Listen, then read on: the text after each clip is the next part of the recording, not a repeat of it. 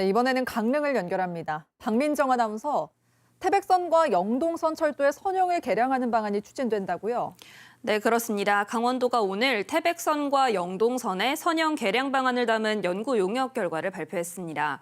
하지만 태백선과 영동선 선형 개량에 1조 원이 넘게 들 것으로 추정돼 비용 확보가 최대 관건입니다. 박상희 기자의 보도입니다.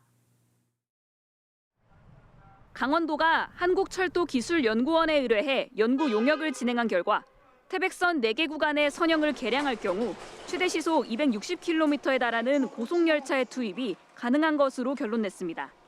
주요 역에만 정차할 경우 청량리에서 태백까지 운행 시간도 지금보다 2시간가량 줄어들 것으로 내다봤습니다. 문제는 선형 개량을 진행해 고속열차를 투입해도 수요가 적어 그만큼의 효과를 끌어내기가 어렵다는 겁니다. 이에 따라 강원도는 지역 특색이 담긴 간이역을 활용하면 열차 이용객을 적정 수준으로 늘릴 수 있다고 분석하고 있습니다. 국내 기차역 중에서 가장 높은 곳에 위치한 태백의 추전역입니다. 주변에 태백산 국립공원과 용현동굴, 석탄박물관 등이 있어 관광 명소로 육성할 여지가 충분합니다. 근대문화유산으로서 가치가 크고 자연 경관이 뛰어난 삼척의 하고사리역과 정선의 자미원역 등도 활용이 검토되고 있습니다. 하지만 이 활성화 방안들 모두 당장 실현되기는 힘들 전망입니다. 막대한 비용이 가장 큰 문제입니다. 태백선 4개 구간과 영동선 구간 2곳에 선로를 개량하는 데만 1조 원이 넘게 들 것으로 추정됩니다. EMU 260 고속열차를 제작해 투입하려고 해도 최대 5년이 걸리는 상황.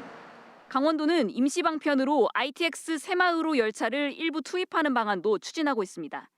선형 개량이 태백선이 당장에는 어렵기 때문에 현재 운행 중인 ITX급 열차라도 저희가 좀 우선적으로 투입이 된다면은 시간 단축뿐만 아니라 서비스 수준도 많이 크게 향상이 돼서 침체해가는 폐광 지역을 살리기 위한 철도 관광 활성화 노력이 성과로 이어질지 귀추가 주목됩니다. KBS 뉴스 박상희입니다.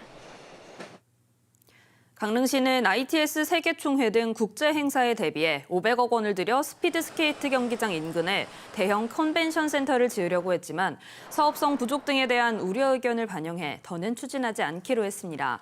강릉시는 2024년 세계 청소년 올림픽 뒤 스피드 경기장 정비 등을 통해 ITS 세계총회를 치르는 방안을 강원도와 협의하고 있습니다. 어촌 뉴딜 300 사업 신규 대상지로 강릉 소돌과 삼척 토곡, 속초 설악, 양양 인구 등 강원 동해안 4개 항이 선정됐습니다. 선정된 지역에는 내년부터 평균 100억 원이 투자돼 어촌 재생과 기반시설 확충, 특화 개발 사업 등이 추진됩니다. 어촌 뉴딜 300은 지난해부터 추진돼 강원도에서는 삼척 후진항 등 7곳이 이미 선정됐습니다. 지금까지 강릉이었습니다.